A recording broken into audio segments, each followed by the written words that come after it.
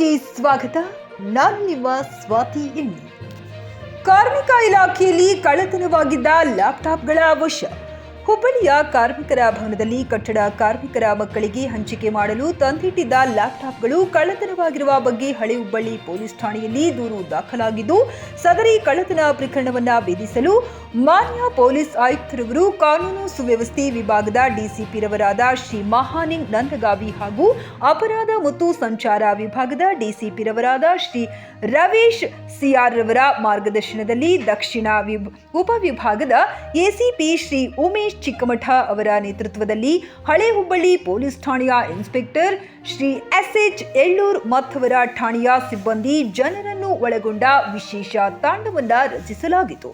ಸದರಿ ತಂಡವು ಇಬ್ಬರು ಅನುಮಾನಾಸ್ಪದವಾಗಿ ಕಂಡುಬಂದ ಕೃಷ್ಣ ಮತ್ತು ದೀಪಕ್ ಎಂಬ ಇಬ್ಬರು ಆರೋಪಿಗಳನ್ನ ವಿಚಾರಣೆಗೊಳಪಡಿಸಿದ್ದು, ಈ ಇಬ್ಬರು ತಮ್ಮ ಸಹಚರರೊಂದಿಗೆ ಕಳ್ಳತನ ಮಾಡಿದ್ದು ಕಂಡುಬಂದಿದ್ದು, ಇವರೊಂದಿಗೆ ಕಳ್ಳತನದಲ್ಲಿ ಭಾಗಿಯಾಗಿದ್ದ ನಾಗರಾಜ್, ಸುಭಾಷ್, ಶ್ರೀನಿವಾಸ್ ಮತ್ತು ದರ್ಶನ್ ಎಂಬ 4 ಆರೋಪಿಗಳನ್ನ ವಶಕ್ಕೆ ಪಡೆದು ವಿಚಾರಣೆಗೆ ಒಳಪಡಿಸಿದ್ದು, ಕಳ್ಳತನ ಮಾಡಲು ಮತ್ತು ಕದ್ದ ಲ್ಯಾಪ್ಟಾಪ್ಗಳನ್ನ ಮಾರಾಟ ಮಾಡಲು ಸಹಕರಿಸಿದ್ದ ಮಹಿಳೆಯೊಬ್ಬಳನ್ನ ಒಳಗೊಂಡ 20 ಜನ ಆರೋಪಿಗಳನ್ನ ಪತ್ತೆ ಹಚ್ಚಿದ್ದು, ಪ್ರಕರಣಕ್ಕೆ ಸಂಬಂಧಪಟ್ಟಂತೆ ಒಟ್ಟು 26 ಜನ ಆರೋಪಿಗಳನ್ನು ಬಂಧಿಸುವಲ್ಲಿ ತಂಡವು ಯಶಸ್ವಿಯಾಗಿದ್ದು, ಬಂಧಿತರಿಂದ ಕಳ್ಳತನವಾಗಿದ್ದ 45 ಲಕ್ಷ ರೂಪಾಯಿ ಮೌಲ್ಯದ 83 ಲ್ಯಾಪ್ಟಾಪ್ಗಳು, ಕೃತ್ಯಕ್ಕೆ ಬಳಸಿದ 1 ಕಾರ್, 2 ಆಟೋ ಮತ್ತು 2 ಬೈಕ್ ಸೇರಿದಂತೆ ಒಟ್ಟು 60 ಲಕ್ಷ ರೂಪಾಯಿ ಮೌಲ್ಯದ ಸ್ವತ್ತುಗಳನ್ನು ವಶಪಡಿಸಿಕೊಂಡು ಆರೋಪಿಗಳನ್ನ ನ್ಯಾಯಾಂಗ ಬಂಧನಕ್ಕೆ ಹಾಜರುಪಡಿಸಿರುತ್ತಾರೆ.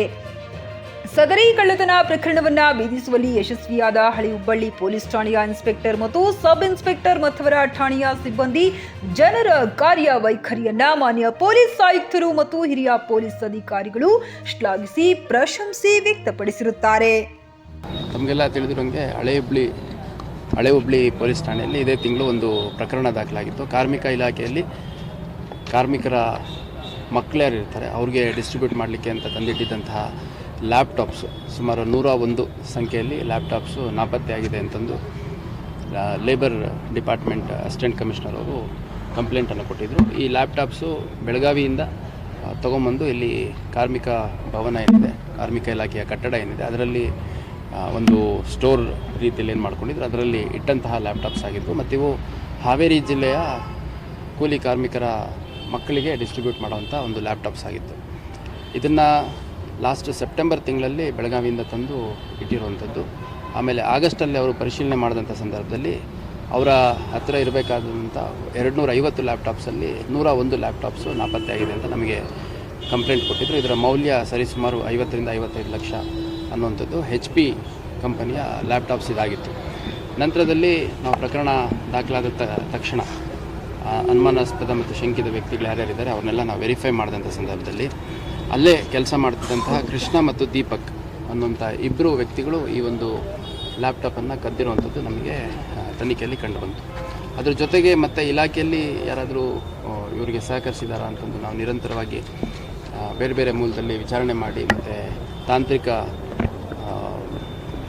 ಟೆಕ್ನಿಕಲ್ ಇನ್ಪುಟ್ಸ್ ಬೇಸಿಸ್ ಮೇಲೆ ನಾವು ಇನ್ವೆಸ್ಟಿಗೇಷನ್ ಮಾಡಿದಂಥ ಸಂದರ್ಭದಲ್ಲಿ ಇಬ್ಬರು SDAಗಳು ಇನ್ವಾಲ್ವ್ ಆಗಿರುವಂಥದ್ದು ಮತ್ತು ಇನ್ನಿಬ್ಬರು ಹೆಚ್ಚುವರಿ ಕಾಂಟ್ರಾಕ್ಟ್ ಬೇಸಿಸಲ್ಲಿರುವಂಥ ಸಿಬ್ಬಂದಿಗಳು, ಅವರ ಹೆಸರು ನಾಗರಾಜು, ಸುಭಾಷ್, ಶ್ರೀನಿವಾಸ್ ಮತ್ತು ದರ್ಶನ್ ಅಂತ, ಒಟ್ಟು 4 ಜನ ಸೇರಿದಂತೆ 6 ಜನ ಇಲಾಖೆಯಲ್ಲಿ ಕೆಲಸ ಮಾಡುವಂಥವರು ಈ ಒಂದು ಕೃತ್ಯ ಮಾಡಿರುವಂಥದ್ದು ಕಂಡು ಬಂದಿದೆ. ಈ 101 ಲ್ಯಾಪ್ಟಾಪ್ಸ್ಗಳನ್ನು ಅವರು ಒಂದೇ ದಿವಸ ಕದ್ದಿರುವಂಥದ್ದಲ್ಲ, ಸರಿಸುಮಾರು ಒಂದು 6 ತಿಂಗಳು ಪೀರಿಯಡಲ್ಲಿ ಕದ್ದಿರುವಂಥದ್ದು ನಮ್ಮ ತನಿಖೆಯಲ್ಲಿ ಕಂಡು ಬಂದಿದೆ. ಮತ್ತು ಈ ಒಂದು ಸ್ಮಾಲ್ ವೆಂಟಿಲೇಷನ್ಗೆ ಅಂತ ಸ್ಲೈಡಿಂಗ್ ವಿಂಡೋ ಇರುವಂಥ ಒಂದು ವಿಂಡೋ ಇದೆ. ಆ ವಿಂಡೋದಲ್ಲಿ ಇಳಿದ್ಬಿಟ್ಟು ಇವರು ಕದ್ದಿರುವಂಥದ್ದು. ಅಲ್ಲಿ ನೈಟ್ ಗಾರ್ಡ್ ಇರ್ತಾರೆ, ಹಾಗಾಗಿ ಡೇ ಟೈಮಲ್ಲಿ ಕದಿಬೇಕು. ಡೇ ಟೈಮಲ್ಲಿ ಕದಿಬೇಕು ಅಂತಂದಾಗ ಹಾಲಿಡೇಸ್ ಮತ್ತು ವೀಕೆಂಡ್ ಇದ್ದಂಥ ಸಂದರ್ಭದಲ್ಲಿ ಈ ಒಂದು ಕೃತ್ಯಗಳನ್ನು ಮಾಡಿರುವಂಥದ್ದು. ಪ್ರಾರಂಭದಲ್ಲಿ ಒಂದು 4-5 ಲ್ಯಾಪ್ಟಾಪ್ಸ್ ತೊಗೊಂಡು ಹೋಗ್ಬಿಟ್ಟು ಅದನ್ನು ಸೆಲ್ ಮಾಡಲಿಕ್ಕೆ ಪಾರ್ಟಿಗಳನ್ನ ಹುಡುಕಿದ್ದಾರೆ. ಆ ಪಾರ್ಟಿಗಳು ಸಿಕ್ಕಂಥವ್ರು ಭಾಳ ಕಡಿಮೆ ರೇಟಿಗೆ ಇದೆ, 55,000 ರೂಪಾಯಿ ಲ್ಯಾಪ್ಟಾಪ್ನ ಕೇವಲ 10,000, 12,000, 15,000 ಈ ಥರ ಮೊತ್ತದಲ್ಲಿ ನಮ್ಮ ಕಂಪ್ನಿ ಒಂದರಲ್ಲಿ ಪ್ರಾರಂಭದಲ್ಲಿ ಹೇಳಿದೆ, ಒಂದು ಕಂಪ್ನಿದು ನಮಗೆ ಹೋಲ್ಸೇಲಲ್ಲಿ ಬೈ ಮಾಡಿದ್ದೀವಿ ಅಂತ. ನಂತರದಲ್ಲಿ ಹಿಂಗೆ ಇಲಾಖೆದೇ ನನಗೆ ಮಾರಾಟ ಮಾಡಿಬಿಟ್ಟು ಇದು ಮಾಡಲಿಕ್ಕೆ ಕೊಟ್ಟಿದ್ದಾರೆ ಅನ್ನೋ ಟೈಪ್ ಒಬ್ಬೊಬ್ರಿಗೆ ಒಂದೊಂದು ರೀತಿ ಹೇಳಿದ್ದಾರೆ. ನಂತರದಲ್ಲಿ ಯಾರು ಕಾಂಟ್ಯಾಕ್ಟ್ ಆಗ್ತಾರೆ ಅವರಿಗೆ 3-4 ಲ್ಯಾಪ್ಟಾಪ್ ಫಸ್ಟಿಗೆ ಕೊಟ್ಟಿದ್ದಾರೆ.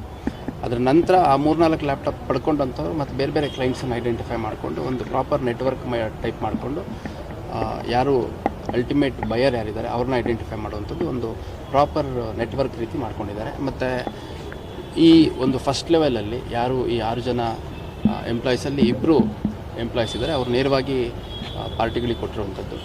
ಆ ಫಸ್ಟ್ ಲೆವೆಲಲ್ಲಿ ಇದ್ದಂತಹ ಸುಮಾರು 16-17ಕ್ಕೂ ಹೆಚ್ಚು ಜನ ಆರೋಪಿಗಳು ಯಾರಿದ್ದಾರೆ ಅವ್ರನ್ನ ಕೂಡ ನಾವು ವಶಕ್ಕೆ ತೊಗೊಂಡು ವಿಚಾರಣೆ ಮಾಡಿದಂಥ ಸಂದರ್ಭದಲ್ಲಿ ಅದು ಕಳ್ಳತನದ ಲ್ಯಾಪ್ಟಾಪ್ ಅಂತ ಗೊತ್ತಿದ್ದಾಗ್ಯೂ ಕೂಡ ಇವರೇ ಅಡ್ವಾನ್ಸ್ ಕೊಟ್ಬಿಟ್ರು. ಅಂದರೆ ಇನ್ನೊಂದು 2 ಲ್ಯಾಪ್ಟಾಪ್ ಬೇಕು, ನಮಗೆ 3 ಲ್ಯಾಪ್ಟಾಪ್ ಬೇಕು, ಆ ಥರ 5,000, 10,000, 6,000, 5,000 ಈ ಥರ ಎಲ್ಲ ಅಡ್ವಾನ್ಸ್ಗಳನ್ನ ಕೊಟ್ಟು ಕದಿಯೋದಕ್ಕೆ ಪ್ರೇರೇಪಣೆ ಕೂಡ ಮಾಡಿರುವಂಥದ್ದು.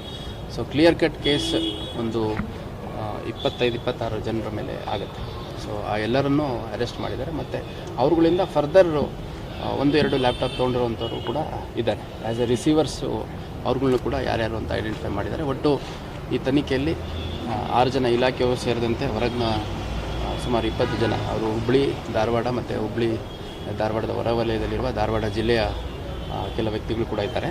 ಅವ್ರುಗಳನ್ನ ವಶಪಡಿಸ್ಕೊಂಡಿದ್ದೀವಿ. ಮತ್ತು ಇದರಲ್ಲಿ ಒಟ್ಟು 83 ಲ್ಯಾಪ್ಟಾಪ್ಗಳನ್ನು, ಒಂದು ಕೃತ್ಯಕ್ಕೆ ಬಳಸಿದಂಥ ಕಾರು, 2 ಆಟೋ, 2 ಬೈಕ್ ಸೇರಿದಂತೆ ಸುಮಾರು 50 ಲಕ್ಷಕ್ಕೂ ಹೆಚ್ಚು ಮೌಲ್ಯದ ಲ್ಯಾಪ್ಟಾಪ್ಗಳನ್ನ ನಾವು ವಶಪಡಿಸ್ಕೊಳ್ಳೋದ್ರಲ್ಲಿ ಯಶಸ್ವಿಯಾಗಿದ್ದೇವೆ.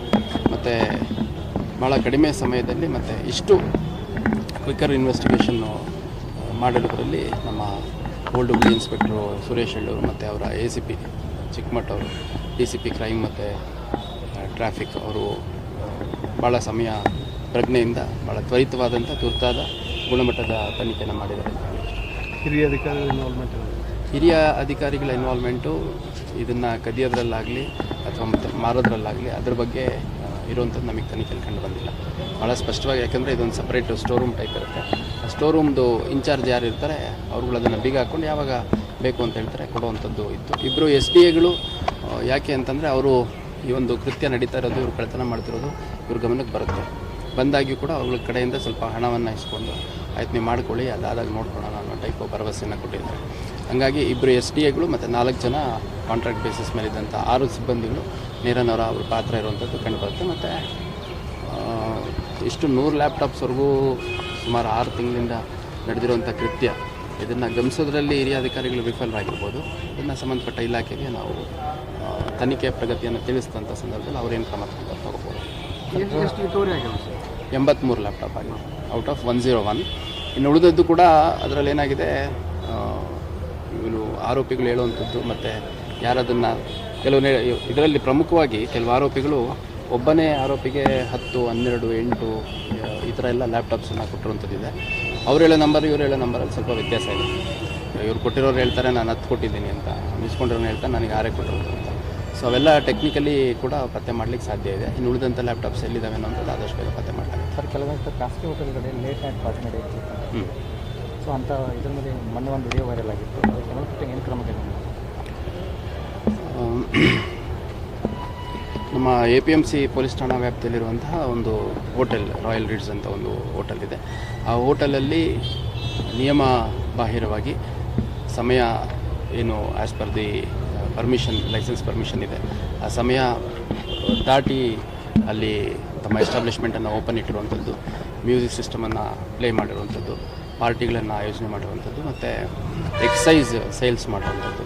ಸೊ ಅದು ವೈಲೇಷನ್ ಇರೋದರ ಹಿನ್ನೆಲೆಯಲ್ಲಿ ನಮ್ಮ APMC ಪೊಲೀಸ್ ಠಾಣಾ ವ್ಯಾಪ್ತಿಯಲ್ಲಿ ಒಂದು ಪ್ರಕರಣವನ್ನು ದಾಖಲು ಮಾಡ್ಕೊಂಡಿದ್ದೀವಿ. ಪ್ರಕರಣ ದಾಖಲು ಮಾಡಿಕೊಂಡು ಆ ಒಂದು ಹೋಟೆಲ್ಗೆ ಸಂಬಂಧಪಟ್ಟಂಥ DVRನ್ನು ನಾವು ಸೀಸ್ ಮಾಡಿಕೊಂಡು ತನಿಖೆಯನ್ನು ಮಾಡ್ತಾಯಿದ್ದೀವಿ. ಅದರಲ್ಲಿ ಮುಖ್ಯವಾಗಿ ನಮಗೆ ಸದ್ಯದ ಮಾಹಿತಿ ಪ್ರಕಾರ ಕಂಡು ಬಂದಿರುವಂಥದ್ದು, ಒಂದು ಅಕ್ಕಪಕ್ಕದವರು ಭಾಳಷ್ಟು ಜನ ಅಲ್ಲಿ ಲೇಟ್ ನೈಟ್ ಕೂಡ ವೆಹಿಕಲ್ಸ್ ಓಡಾಡೋದ್ರಿಂದ ಅಲ್ಲಿ ನಮಗೆ